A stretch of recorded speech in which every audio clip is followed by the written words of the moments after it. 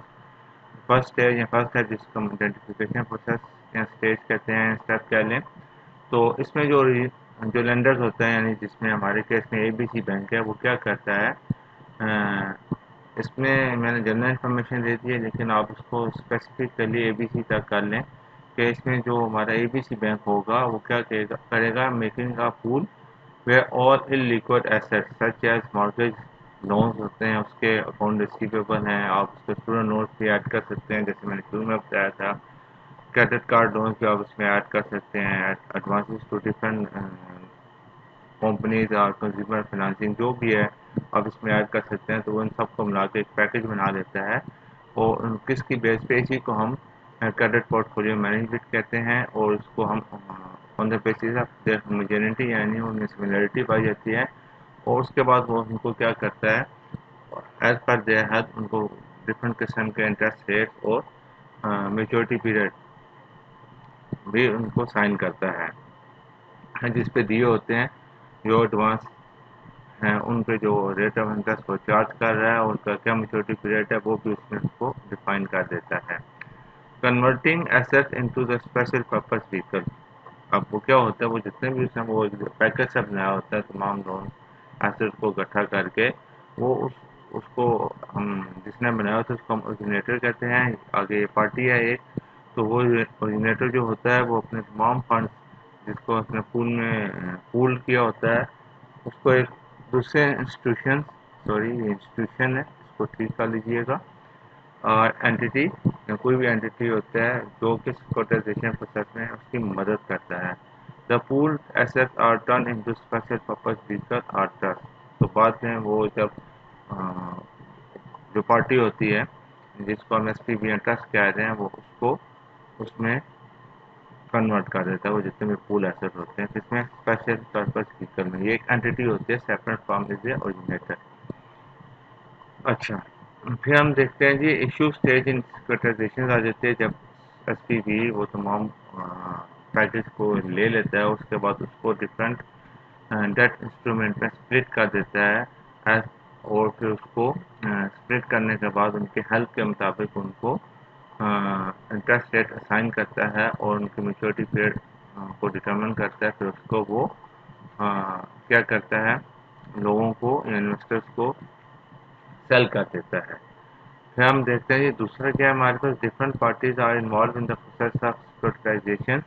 You are required to enlist the name of these different parties, also explain the role of each party in the securitization transaction. پہلی party ہمارا originator یا sponsor ہے، اس میں ہمارا جو ہے وہ اے بی سی بینک ہے.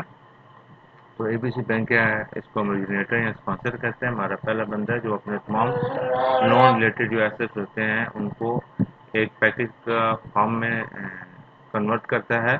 پھر اس کو کرنے کے بعد وہ اس کو ایس پی بی کے آگے ٹرانسفر کر دیتا ہے. تو دوسرا ہماری پارٹی کیا ہوگی، ایس پی بی ہوگی، جو ایک سیپریٹ اینٹی ہے فرام اٹس اوریجنیٹر.